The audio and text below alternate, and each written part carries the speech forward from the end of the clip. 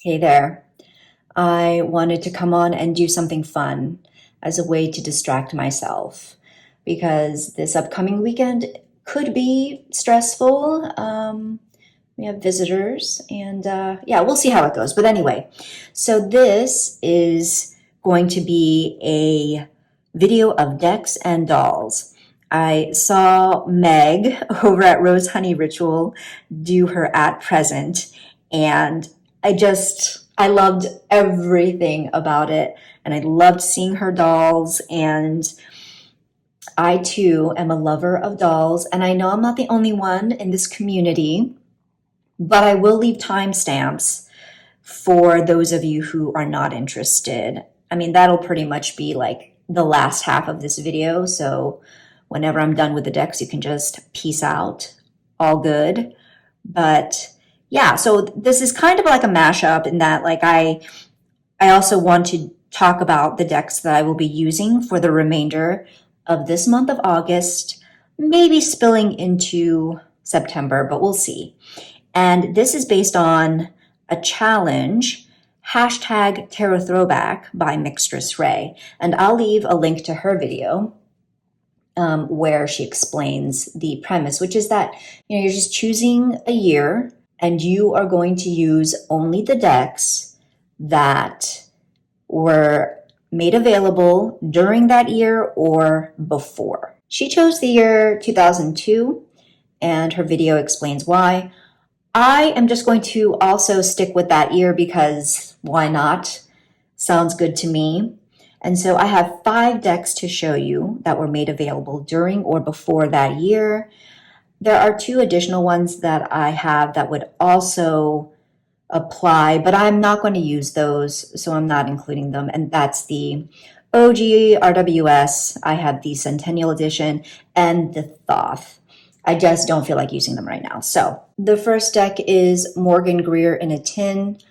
I actually pulled this out of Timeout / Purgatory, which might be surprising to some of you because I haven't had this like too long.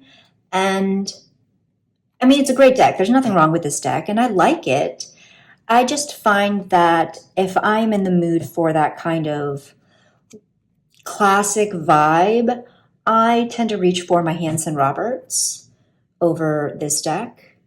And there's also a newer deck, or a deck that's newer to my collection that I will be showing in a bit here. I just feel like those two I have a stronger preference for over this one. So I'm just undecided on this. I think this will be a good test to see whether this deck should stay in my library or go. I mean, I thought about just keeping it because it's a classic, and why not? But I mean, if I never pick it up, then I don't know what the point is of that. So yeah, I think this will be the time to kind of put it to the test. Will I be called to work with this one at any point in time of this challenge? And if so, how will it read? How will I feel about it? So that is the Morgan-Greer, and that was first available in 1979. Next is Tarot of the Cat People. This was first made available in 1984. Yes, I should know that, given that it's written on every freaking card. But this is a no-brainer. I'm going to enjoy working with this. I'm not going to have any problems working with this. It is one of my, tried and true, one of my kindred decks, one of my soul decks, whatever you want to call it. This is going to be a great time. And I kind of considered this like a summer deck. So I think it'll work really well for the month of August. But I won't go on too much about this because I have plenty of videos that gush on and on about this deck. Speaking of the Hanson-Roberts, that is another one that fits into this category. This one was first made available in 1995. And I've talked about this deck on my channel as well. I'm sure these images are familiar to a lot of you. There's just something charming about this deck. Normally the artwork would not be something I would vibe with, but I don't know, there's just, yeah, the things that had bothered me in the beginning no longer bother me. This deck is newer to my collection, and that is the new Palladini, first made available in 1996. This was a lovely housewarming gift from Meg. And doesn't this dude look like Boy George? Some of you might be too young to know who that is, but this gives me Boy George vibes, and I love everything about it.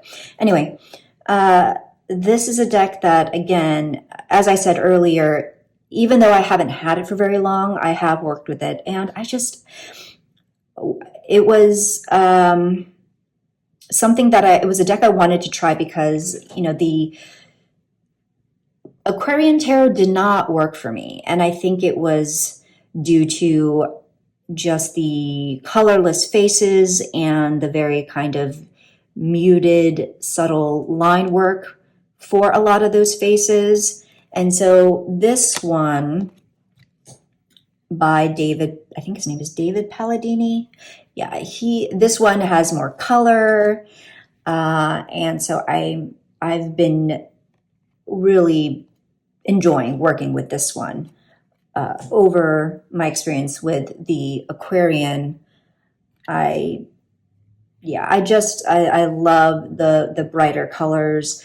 Some of the faces are well, they're just odd.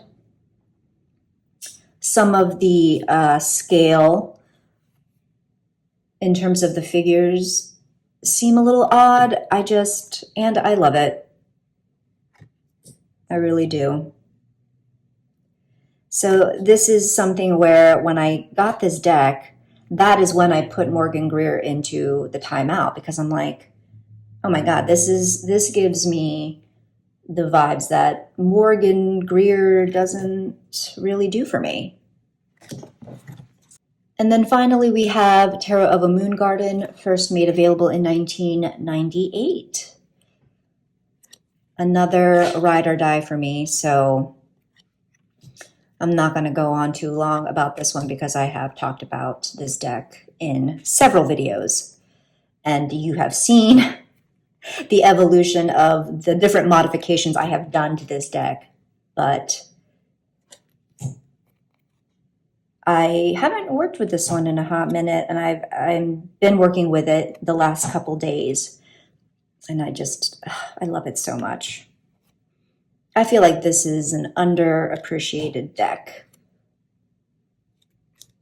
It's so good. All right, so that's pretty much it for the decks that I'll be working with here in the upcoming weeks. Again, the only one that I'm a bit ambivalent about is the Morgan-Greer, but I will keep you updated on that. And now on to the dolls. So the first one I'm going to show you is this one here. This was a gift, actually, from my mother-in-law. It's an American Girl doll. It's called a Welly Wisher, which is a subset, I guess, of American Girl. It's for, I think they're geared towards like younger girls, whereas the OG American Girl is for a bit older and adults. So I was too old for American Girl, and frankly, I had not even heard about American Girl until, well, really Matt's family, because the women in his family, they're all about American Girl dolls. And so my sister-in-law collects them, her daughter has a bunch, my mother-in-law has one, or is it now two? I can't remember. She has a couple. So it's like their family tradition. And so my mother-in-law wanted to get me an American Girl doll.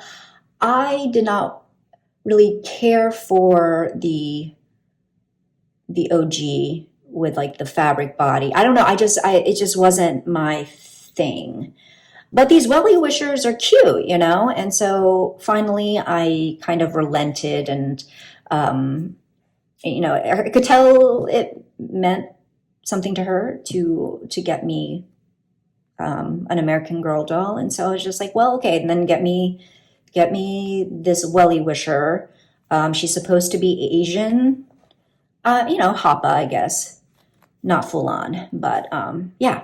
And so I have a bunch of outfits for her that most of which my mother-in-law bought for me. I would put them on my wish list knowing that she would enjoy getting those for me for Christmas or my birthday. So this is, yeah, she's cute. But definitely I just never, I think, you know, my age, it was like Cabbage Patch Kids and Barbie and like Sweet Secrets and like those kinds of like toys and dolls. I'm trying to think what else, Rainbow Bright, you know, anyway. So these next dolls are part of my what I call coven. And it's a mix of pull-up dolls and Blythe dolls. And so this one I have shown on my channel before, and this is Elizabeth. She is a pull-up doll. She is a vampire. She is out of stock, and so therefore no longer available. And I lucked out. I was on a Facebook group that sells and trades like pull-up dolls, and she came at a really reasonable price. She didn't come with full stock, and so that's why I got her a discount. I didn't care that she didn't have the full stock though. I just loved her so much, and so I just bought her. And but she came with most of the accessories. And anyway, so yeah, so with the pull-ups, their eye mechanisms do that, and they can close. You know, although this one's a little busted, but again, I don't care. And she originally came with like fangs that you could stick on, like glue on, but I wouldn't have done that anyway. But I love her so much. She is definitely one of my favorites. She has a sister. Her name is Carmilla, who is also out of stock, unavailable. But if I ever came across her and she was available at a reasonable price, I would totally add her to my coven. But yeah, she is, and like I just love the dress. She will be in this gown forever because this is just perfect ensemble. My next pull-up, her name is Jangmi, which is Korean for rose, and she is by far my like prized doll. Aside from like Elizabeth, but I think she even like surpasses Elizabeth because she is a custom doll. So this, I got her last year during a time when I was really in a place of stress and emotional pain, and just like my personal life was just things going on that were just very, very upsetting and painful. And so this was kind of a self-soothing gift to myself. And so she went on a credit card. I'm going to be completely transparent. She is the most expensive doll that I have, probably the most expensive doll that I'll ever get. And the great thing about her was that, you know, you can commission doll makers from like Etsy, or it's usually Etsy, or you can find them on Instagram too, and they can do like face ups for you, or they can just do like a full custom.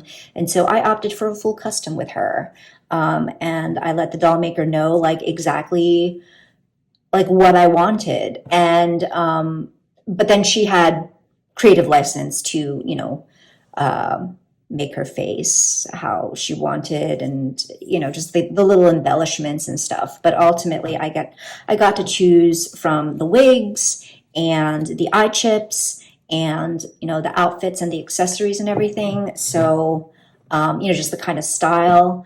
I told the doll maker that I wanted you know, her to have like a romantic goth type of look. So she nailed it. And I just, oh, I love her so much. I don't let many people touch her because she, yeah, we take care of her. We take very, very good care of her. The final pull-up doll that I have in my collection is this one, and her name is Optical Alice. She was the very first pull-up doll that I ever acquired. And so pull-up does like a series of different styles of Alice. So she's called Optical Alice. There's like a romantic Alice and a steampunk Alice and so many. But I opted for her because she's pretty badass and I just love everything about her, and her stock is amazing. Like her shoes are so fabulous, and just I loved the kind of white silver hair on her. Yeah, so I think that you know, she was a good first icebreaker into pull-up. And oh, you know, Meg, she gave me the idea of also choosing decks for my dolls. It didn't occur to me that my coven would also want tarot decks. And so, oh my gosh, like, yeah, absolutely. So I would say for Optical Alice, she would love my Notorious JBG Tarot, because there are some images based off of her, Alice in Wonderland. So I think she would love that. She would like to see herself in a deck. Representation matters. And then Elizabeth, I would say Dark Wood Tarot, because again, she would be able to see herself no problem in that deck. I haven't picked one for Emerson. I don't know what deck she would like. I'd have to think about that. Jangmi would be Bangtan Tarot, you know, BTS, because she's ARMY, of course. Now on to my Blythe. I only have two as of now. And this very first one is Lyric. Matthew bought this for me for a birthday gift. And I just switched out the eye chips. It's my first time ever trying to replace eye chips, and I did it. I'm so proud of myself. Anyway, so this is Lyric. So yeah, these are the new eye chips, but you know, Blythe dolls, for those of you who don't know, they usually come with different colors and different positioning of the eye chips. But so I think the tarot deck that Lyric would like would be actually Luna Soul Tarot, because Lyric has this like blue purple tinged hair, and a lot of the figures in the Luna Soul do as well. Like they just have different colored hair, and I don't know, Lyric has a very kind of granola, cottagecore hippie vibe to her. So I think Luna Soul would be her deck. And this is the most recent Blythe doll to my collection. This is Amalie, and this is another birthday gift, my most recent birthday gift from Matthew. And I replaced her eye chips in this one as well to like this like purple. So yeah, she's my latest one, and just love her so much. And I think the tarot deck that she would love is hello, the Blythe Doll Tarot. I talk about that deck in my VR to the Good Mood Decks tag. So if you want to check out some of the cards in the Blythe Tarot, you can do that by going over to that video. But yeah, I'm just so happy with her. She's amazing. And I want to get some different outfits for her. But wait, that's not it, because I actually bought a black doll for Matthew. Because straight guys like dolls too. And this one, her name is Nikita. She is a spy. Again, I changed the eye chips on her to this like green. Oh my God, I love her so much. I love this like red hair, and I bought her this outfit that looks a little more kind of like, you know, espionage, like military, and she is still waiting on her satchel of military grenades, and then she'll be set to go. Like, Matt doesn't know that I bought her for him, but I figured this would be a nice addition to his man cave. And and if he doesn't like her, which I know he will, but if he doesn't, then she can join my coven, no problem. But I just love dolls so much. Okay, so that's pretty much it. If you have stayed with me for this long, thanks so much for indulging me. And until the next video, much love and take care.